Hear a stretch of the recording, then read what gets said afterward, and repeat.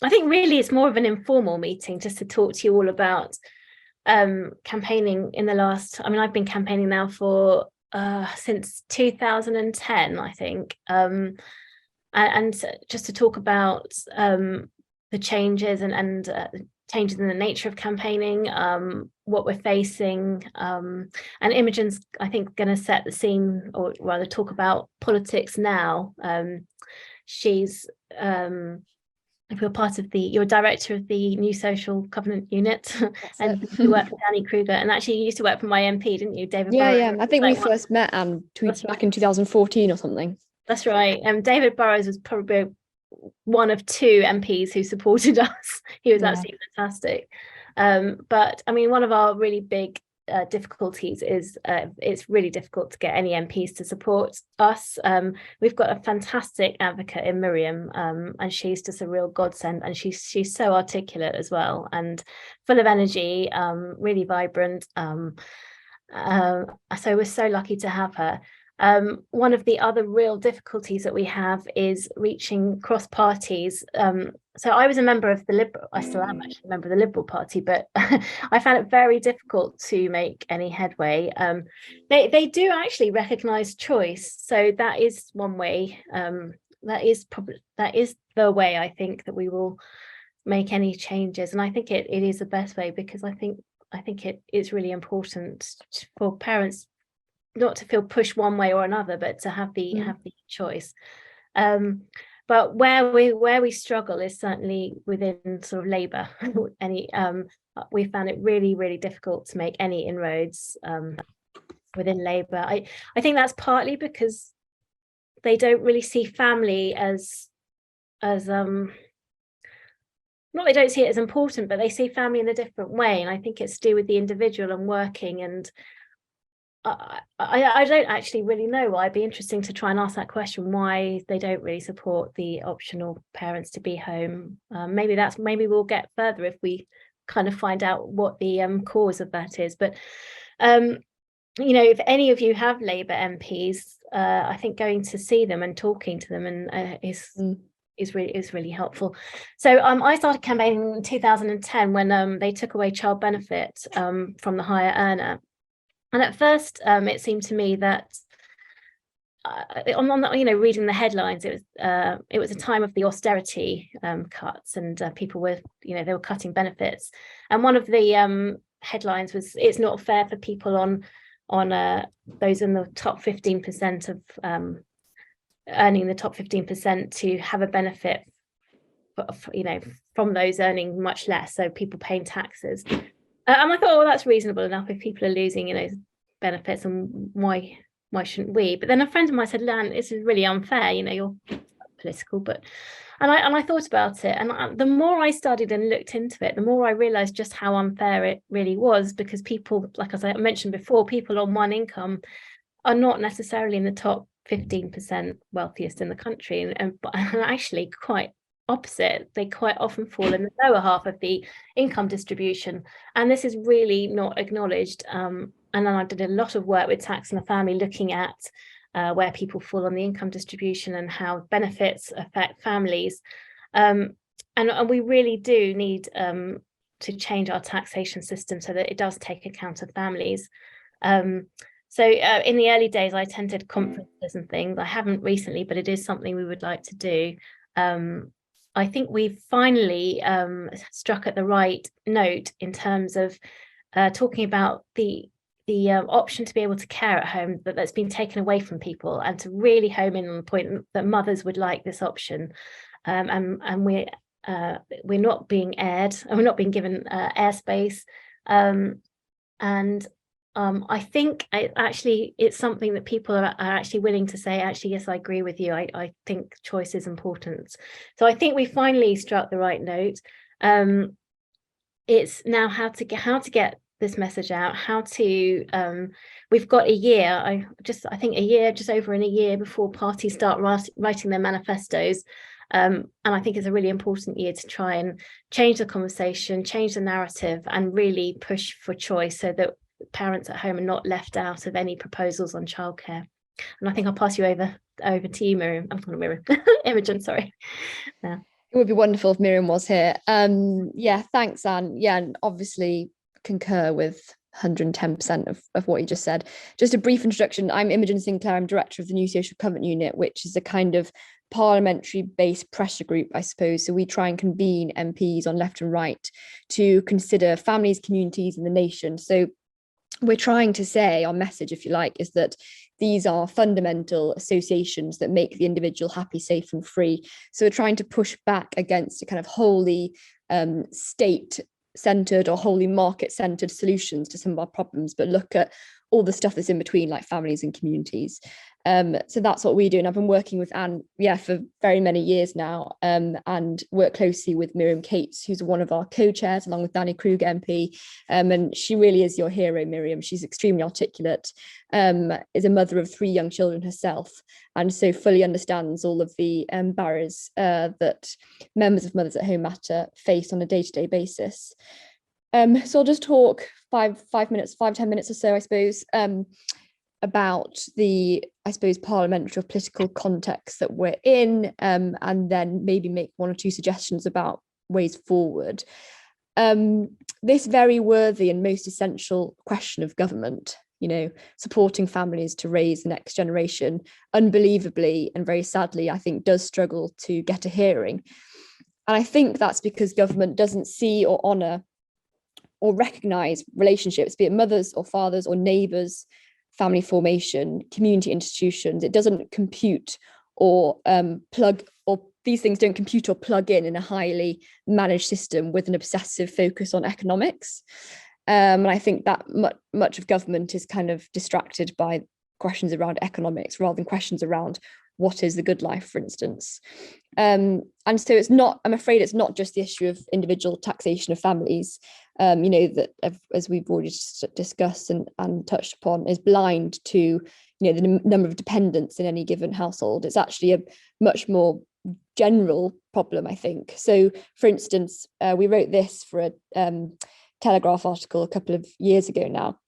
Currently, policy seems designed to pull families apart by making the home as uncomfortable, expensive, and pointless as possible.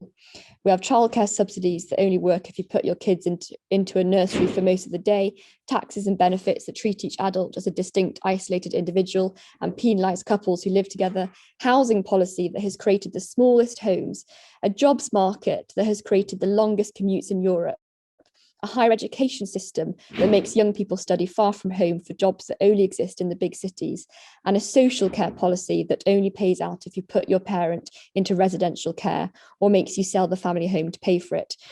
So apologies for reading out there, but I think that's just an example of actually this issue is sadly broader than just the question of mothers at home, parents at home. Much broader, much larger, much more daunting. But I am hopeful that this question of childcare is the hook that might help government to start realising that there are fundamental institutions like families, like communities, that must be proactively nurtured, not just worrying about individuals' contribution to the economy, how much their weight is worth in GDP. I'm concerned that seems to be the only kind of concern or calculation that our government ever bothers to attend to.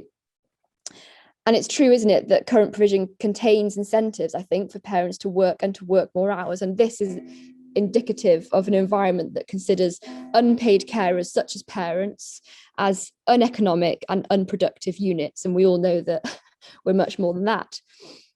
I'm hopeful that the cost of living crisis, which is obviously hugely distressing for many, many families, will bring into sharp focus household bills.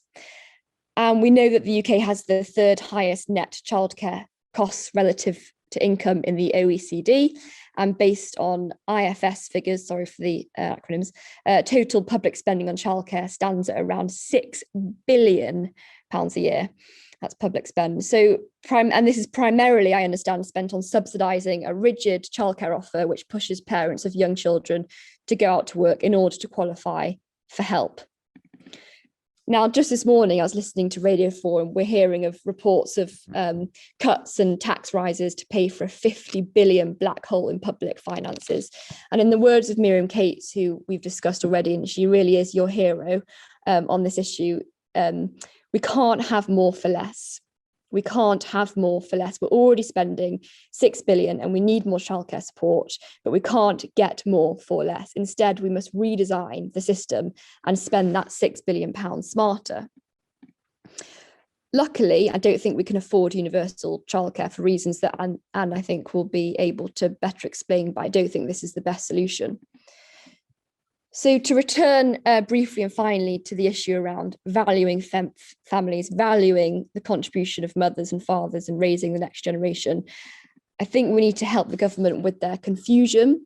And this is something, again, that Miriam Cates is constantly trying to point out to ministers. And I think there are two main points here. One around childcare and one around education. Let me explain. So I understand that I think it's statutory maternity pay stops 9 months after birth, and free childcare starts the term after the child's 3rd birthday. So between 9 months, 3 years, there's no income support or childcare subsidy. So a gaping hole. Now, it could be said, and I've heard, I think it was Vicky Ford, former education minister, said in a Commons debate once that the reason for this arrangement is because actually the government does think that children should be cared for at home under 3 and considers the post-3 provision useful for educational purposes. Nurseries often described as educational settings, and presumably there's an assumption within government that this is better served in nursery than at home.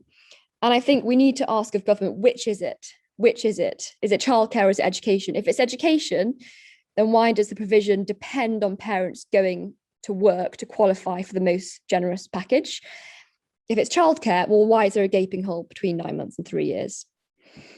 So just to think here about angles in order to attract decision makers, I think Anne's right. For the Conservatives, which is the governing party, for whoever knows how long, hopefully another 2 years, as we can embed some of these ideas. They do like choice. This idea that it's not up to government to dictate how you look after children, pointing out the incentive structures in our current system. I'm quite confident that if parents were given the choice, more would support. There'd be more support for care of children at home. And I'll link now in the chat, if that's okay with you, Anne, a link there to the Centre for Social Justice, which is an independent think tank, which on Saturday, I think it was, produced polling. I can't remember the sample size now, but asking about 1,500. Yeah, I mentioned 1,500. Thank you. So they worked with Public First, really excellent research consultancy. And I'll just read out some of the statistics that this polling exercise produced. Apologies if this has been mentioned already, but 78% of parents with children aged 0 to 4 agreed that they would like to spend more time with their child, but cannot afford to. 61% of parents with young children 0 to 4 were supportive of a parental childcare budget given to families to choose how to spend, versus 33% who preferred policies to reduce the cost of formal childcare. I'll put this in the chat as well because it's easier to read than here. But finally, if finances were not an issue, 49% of parents of children aged 0 to 4 said they would prefer for themselves or their partner to take care of their child on their own, whereas only 19% of parents currently do so. And one of the proposals from the Centre for Social Justice is around using this £6 billion smarter, making it more flexible so it doesn't push parents into this rigid childcare offer, but actually allows them to perhaps in a form of sort of childcare vouchers, allows them to spend a portion of that money how they see fit.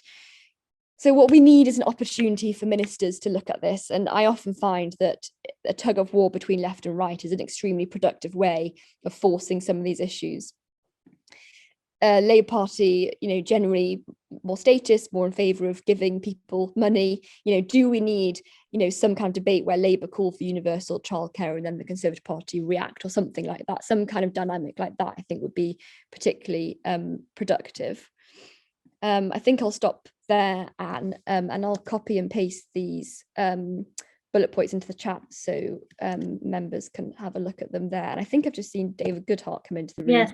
David, do you want to say anything? So I know you've done a lot of work in this area of care and parents at home.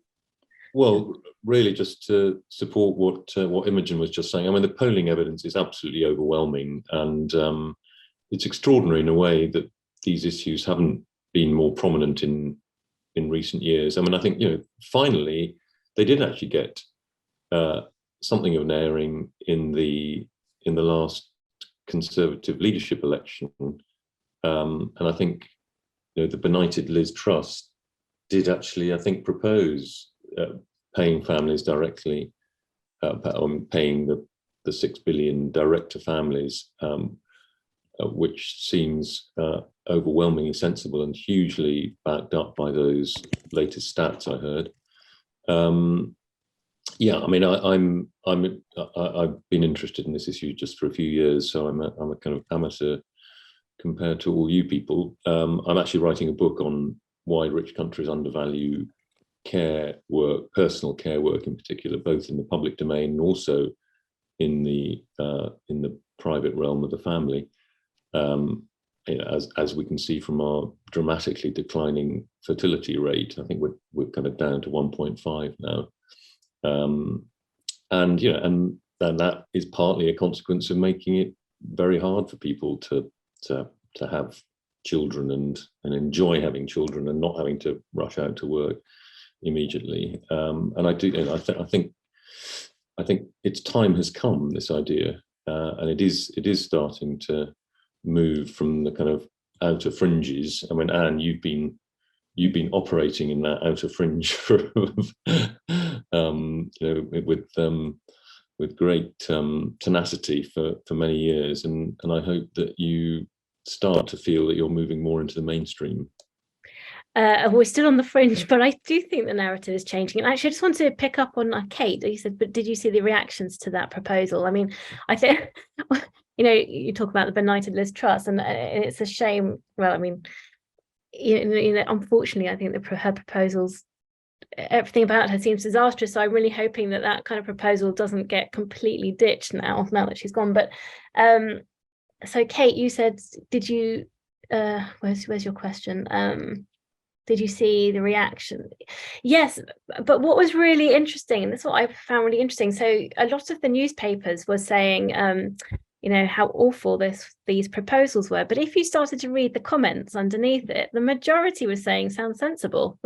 so that's actually really interesting. So when Jolie, I always forget her name, was saying, this is what I think of Liz Truss's proposals, a lot of the comments were saying, well, is it so ridiculous that mums want to be with their children, or that parents want to spend some more hours with their children? So that was actually really encouraging. So I do think there is the beginnings of a move in the opposite direction, or just to acknowledge that there's not just one answer and one size fits all.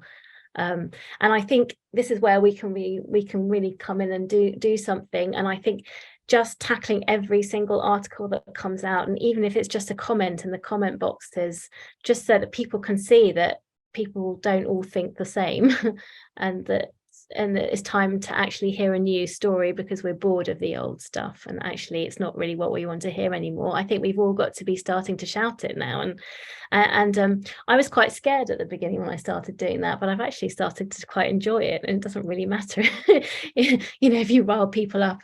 Yes, sometimes you have to. So yeah, I want to kind of open it up now. And well, one other thing, there are a few trends I think that are also helpful, like the fact that people have got much more used to working from home, particularly doing professional jobs. It's obviously easier.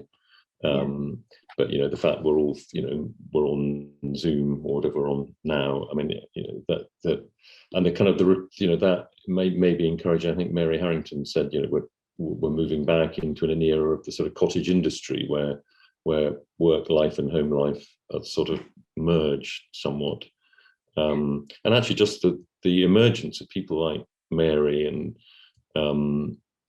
Louise Perry and others. I mean, voices. Louise has a proper track record. She describes herself as a feminist. She's worked he's worked on the issue of abuse of women for many years, and they are beginning to kind of break through a sort of so-called post-liberal feminists. And I think they're going to be quite an important voice in all this.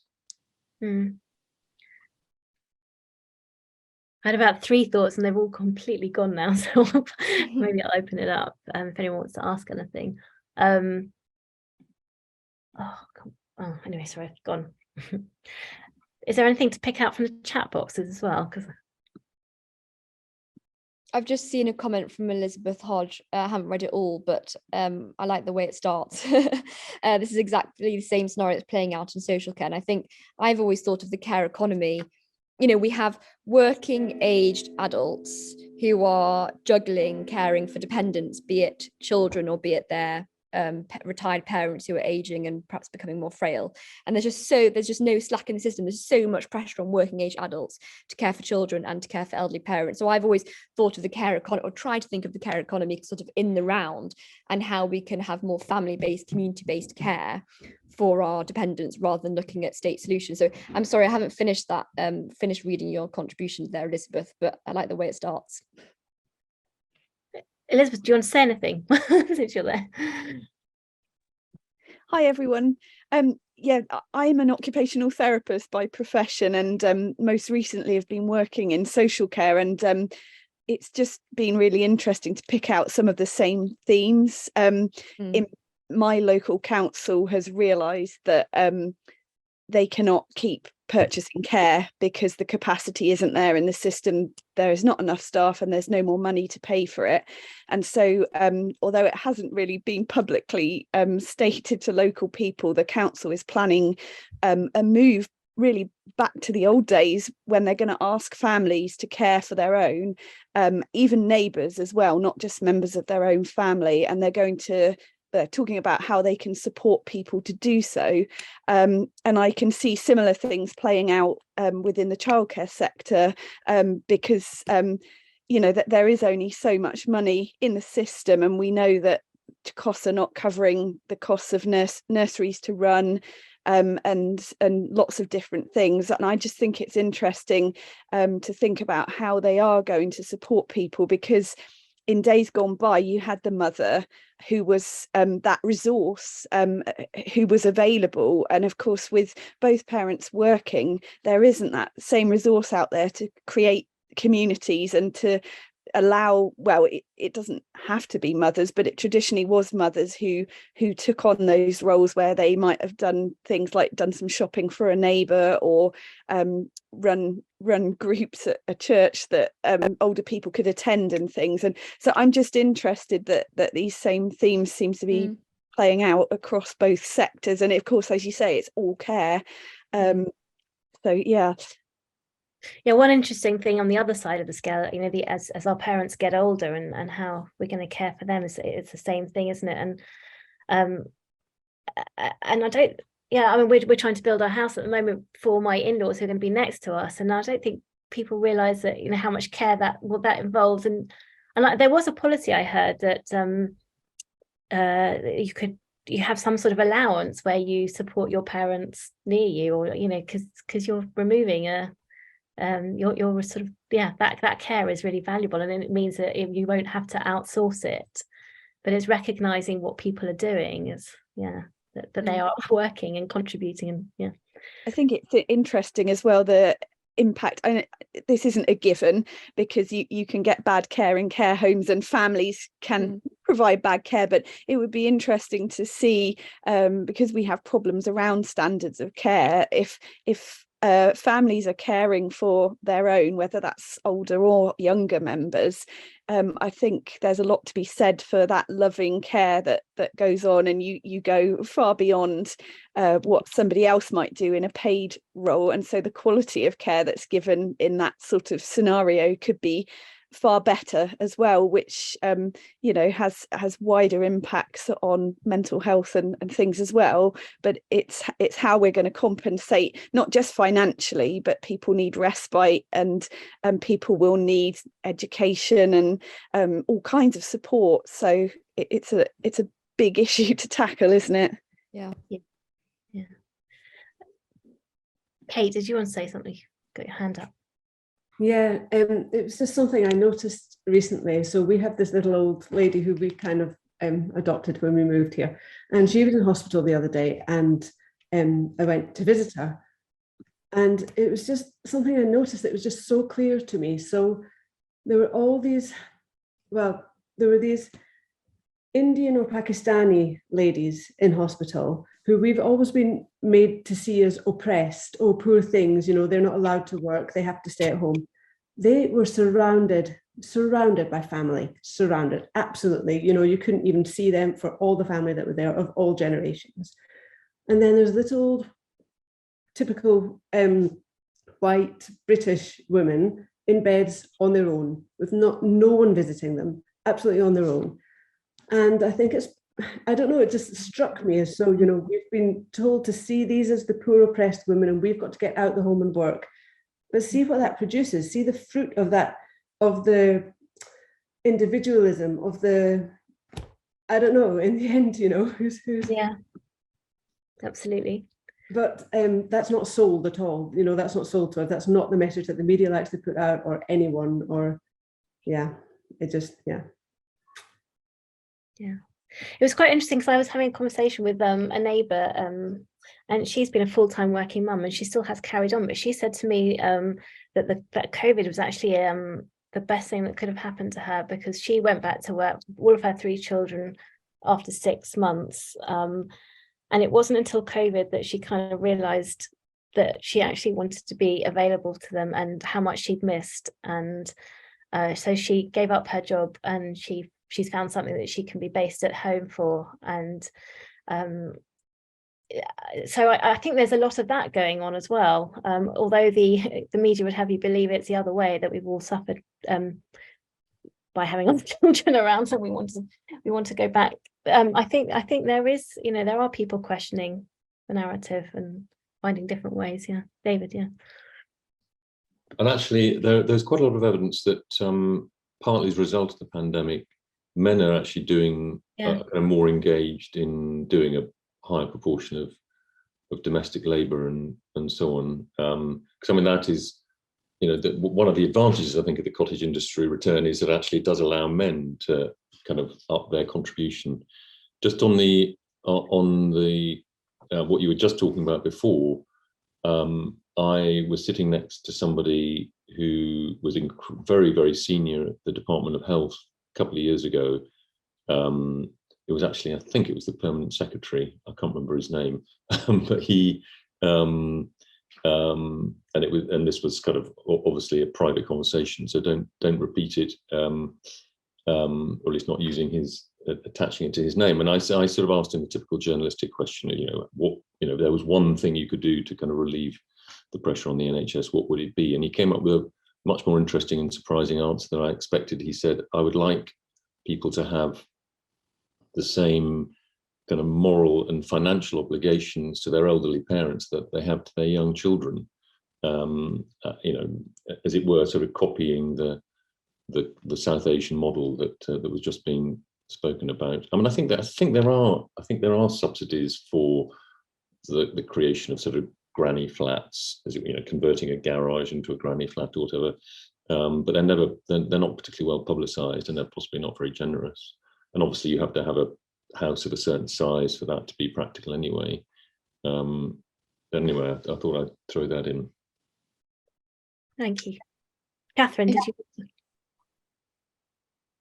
Yeah, there's something that just struck me from just the conversation that we've been having, and what was going on in the chat box in the previous section, is that we've got this sort of concept of things being quite shallow. There's this like a shallow appreciation of care, and the sort of the deep connections are undervalued and perhaps valued only when it's too late. And you sort of think with children that it should be so easy to show the worth and the wider impact of those connections, but it's also the idea that the narrative, it seems like it's got such a strong current, but it is quite shallow.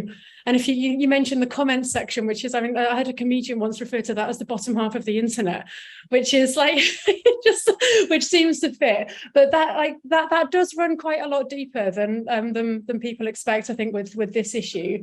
And so I wonder actually if it could be sort of quite a heartening thing that it's very possible to push back against it, because just because it seems like it's a very strong current. It's not as deep as perhaps people expect.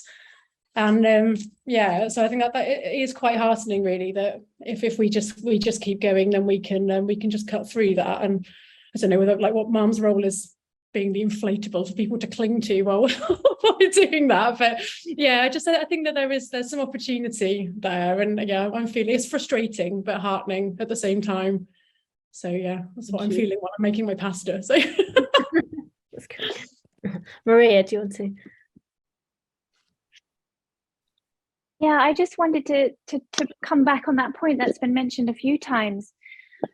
I feel like I've noticed it so much more recently in so many issues, controversial issues, whether it be childcare or elderly care or gender politics or whatever, that there's such a big disconnect between what people think on the street, ordinary people I know, people I talk to, friends of all different ages, and what is being represented by the political elites and in the media.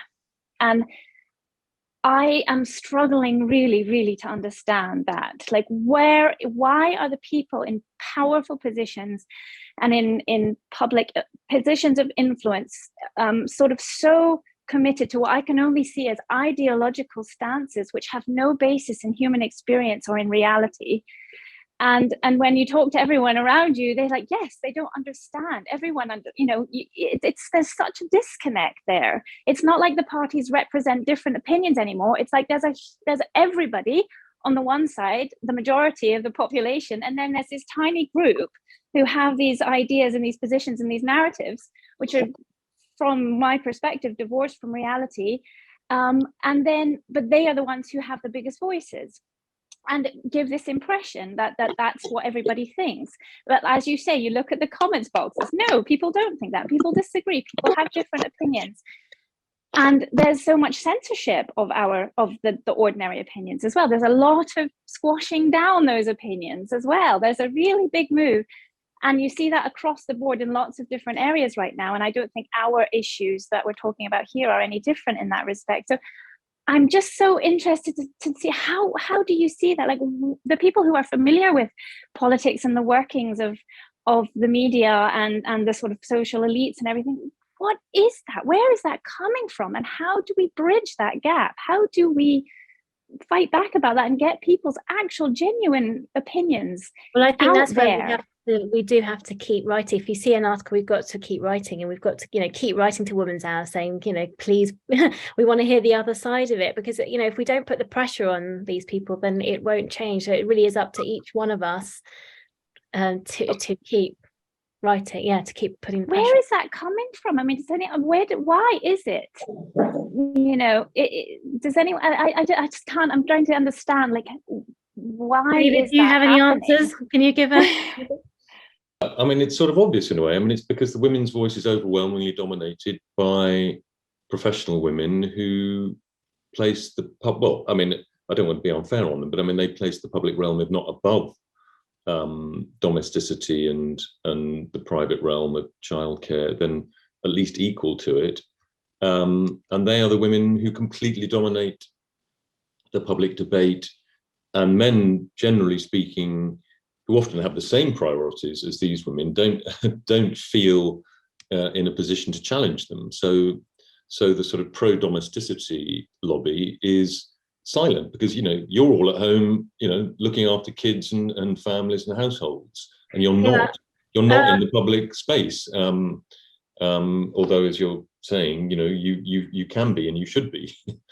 There's a lot of fear around, isn't there? I think there's fear of there's a lot of anger, and I think combating that anger, there's fear of actually speaking out and getting shot. But I think sorry, just to jump in on Maria's point, because I like what you just said, Maria, is so articulate and so right and so true, and it's great. I can kind of sense your frustration, and you're totally justified. It's extremely frustrating. I think another thing just to pick up on, and David touched on it, is this idea of the home, the family is a private matter.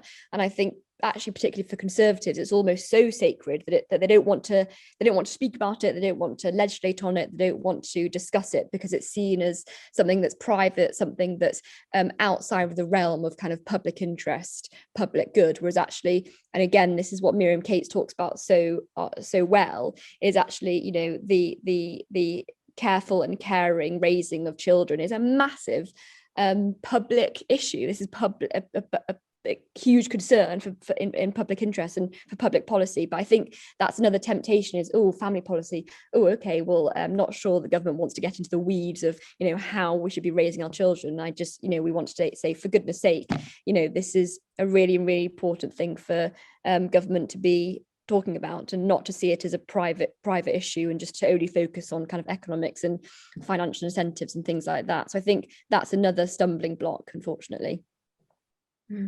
Genevieve, I know you wanted to say something. We're sort of running out of time, but I've got, I think, well, you can cut me off if need be. No, not 5 minutes. I've just had the unenviable position of dealing with my mum's care with dementia, and obviously my kids are still quite young, so I have been sandwiched. But what really annoys me from seeing, I think they are totally linked, it's basically a general undervaluing of care. And when they talk about bringing immigrants in and having high-skilled immigrants, you think actually the immigrants we need are those who are prepared to do the jobs that we frankly aren't wanting to do, and do it well. So we have a major care crisis, because care is a hugely important thing for all stages of life. And I think we also have to acknowledge that we do actually need people to come to this country and do those jobs if we can't fill them. Same goes for farming and, you know, all those other things. And when I've seen the people looking after my mum in the home that she's in, I'm so grateful for them. And a lot of them have English as a second language, but they're very sweet and caring. And yeah, I don't know, I just wanted to put my 10 pence in there. I think there is just overall a general, because we have elevated the workplace and the masculine sort of dominated workplace as the place for women, care is not valued, and that goes for all stages. Yeah, that's all I want to say. Well, that's really and then I know with Imogen, we've been working on, you know, valuing care just as a kind of thing that we're trying to promote. But David, you had your hand up, and then I mean, just to reassure you that yeah, you're right. I mean, it is one of the few very popular aspects of immigration is social care immigration. And it is happening. I mean, about 1,000 people are coming in a week at the moment. That, you know, the government, that the, you know, social care jobs are on the shortage occupation list. It is happening.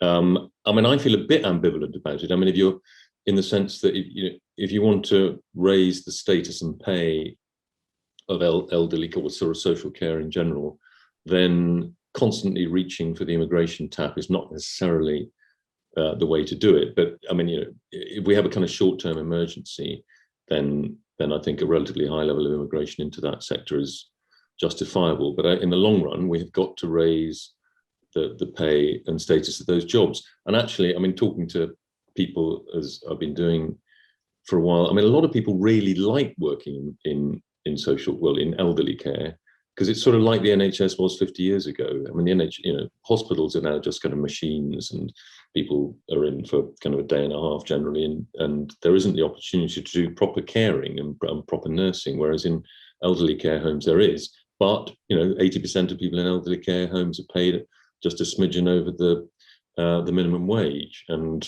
you know, so people can't afford to work in it, even if they'd like to. I mean, just a final point on the sort of the overall the reasons why your form of life, as it were, is undervalued, why domesticity is undervalued. I think that, you know, the highest good in most modern liberal societies is freedom and autonomy, and it's a rather kind of narrow vision of freedom and autonomy. The kind of sort of longer term joy and well-being and satisfaction you get from raising children doesn't sort of count, as it were, in the more sort of short-term maximization of your human freedom and autonomy. I mean, nothing makes you less autonomous than having children.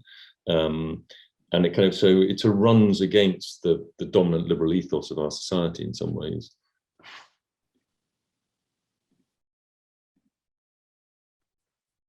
You're muted, Anne. Thank you, David. Sorry. I think we are running out of time, but quickly, Louise and then Anna, and then I'll just sort of wrap it up. Just say very quickly, there's a particular problem of language in small children, because if you get lots of immigrants looking after them, they obviously don't speak English as well, a lot of them. And there is a huge problem now in schools of children not having the language skills. Yeah, thank you. Anna, do you want to say anything? You're on mute as well. You're on mute. Mute, stop me from talking. I can't stop when I start. It's brilliant hearing everybody. It's so wonderful, and all the comments. This has been brilliant to hear this, and really encouraging. We need to get leaflets out into real people's places like community centres, toddler groups. We need to go. That's all I'm saying. We just need to go and stick them out there, and then maybe real people will connect with us, and we'll build a bigger following.